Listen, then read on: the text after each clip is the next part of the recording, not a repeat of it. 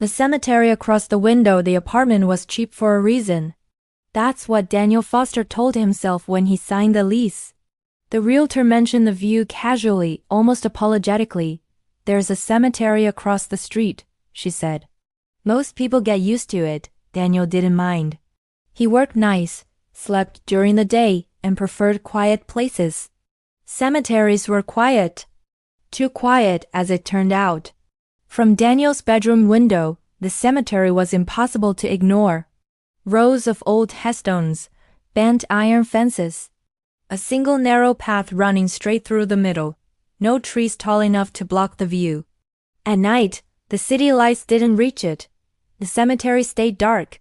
The first strange thing Daniel noticed was movement. Not obvious movement. Not figures or shadows. Small changes. Graves that looked closer than they should. Headstones that seemed slightly turned. A path that looked longer at night than during the day. Daniel assumed it was perspective. Fatigue. His sleep schedule was terrible. Then the lights started appearing. Every night at exactly 2:58 a.m., faint points of light would flicker between the graves. Not flashlights.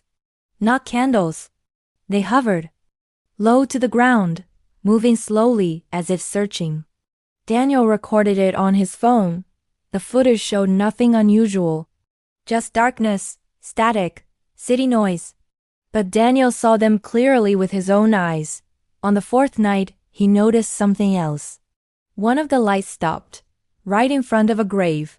The headstone read, D. Foster 1974 to 2019. Daniel stared at it until his eyes burned. The date was wrong. The name was right. He checked records the next day.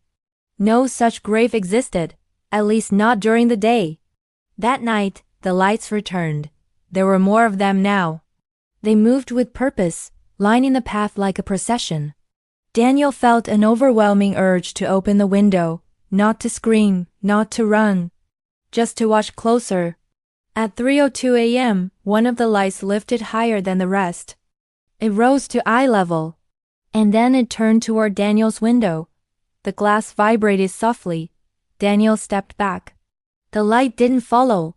Instead, it drifted to the apartment building entrance. The buzzer rang. Daniel froze. No one ever buzzed his apartment that late. The intercom crackled. Breathing came through, slow, measured. The same breathing Daniel had been hearing faintly every night since moving in. He didn't answer. The breathing stopped. The next morning, Daniel found fresh dirt on his windowsill. Not blown in by wind, pressed, as if fingers had rested there. Daniel began keeping his blinds closed.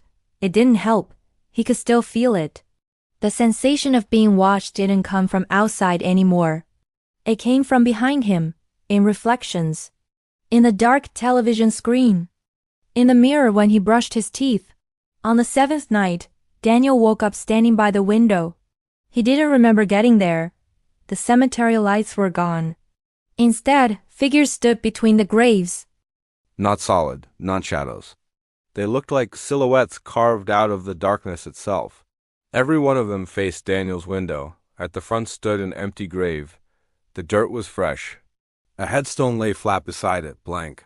Daniel heard a knock. Not at the door, on the glass. One knock, then another. He backed away slowly. The figures moved forward in unison. The cemetery path now led directly to his building. It hadn't before. Daniel grabbed his phone and ran. He didn't stop until morning. Police later checked the apartment. Nothing unusual. The cemetery across the street showed no disturbed graves, no lights, no empty plots. But the officer walking Daniel back noticed something. A thin layer of dirt on the inside of the window frame, pressed, like fingerprints. Daniel moved out that day.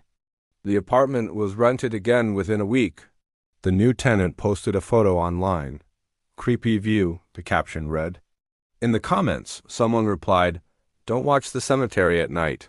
The tenant responded with a laughing emoji. 3 nights later, neighbors reported someone standing at the bedroom window, staring out for hours. The apartment lights stayed off. At exactly 2:58 a.m., faint lights appeared between the graves, and one of them stopped. right in front of a headstone that hadn't been there before.